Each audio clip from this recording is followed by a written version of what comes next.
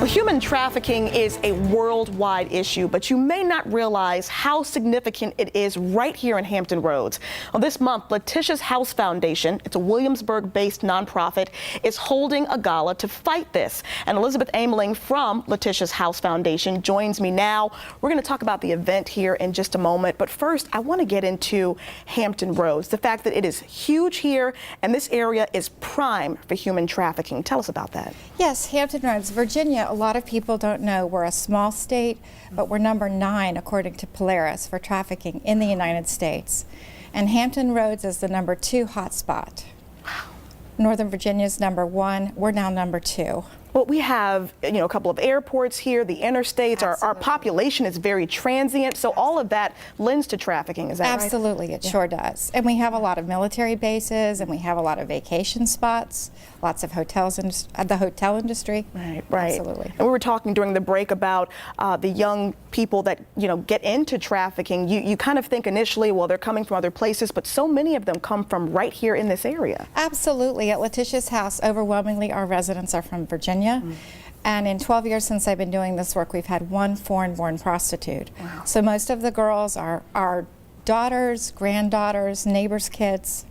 Young girls that are kind of easily convinced by someone that they trust, essentially. Absolutely. Well, let's talk about Letitia's House, because, this organization, I know it's in Williamsburg. Tell us about how the whole thing got started. Tell us the story behind it. Letitia was a young girl in Chicago that I met 13 years ago. She was on a street corner, and I was a mom on a youth group trip. I was the parent chaperone. My husband volunteered me, and I had to ride in a van with kids listening to rap music, which is great, but I'm classically trained, so I would have preferred Bach. So we went to Chicago, and we were supposed to just care about people. We were working with a ministry that fed the homeless, and we encountered girls that were being prostituted and trafficked. And so Letitia was a young girl, and I said, we've got to help her, we can't leave her. And so fortunately the group I was with, they said, we've got a safe house.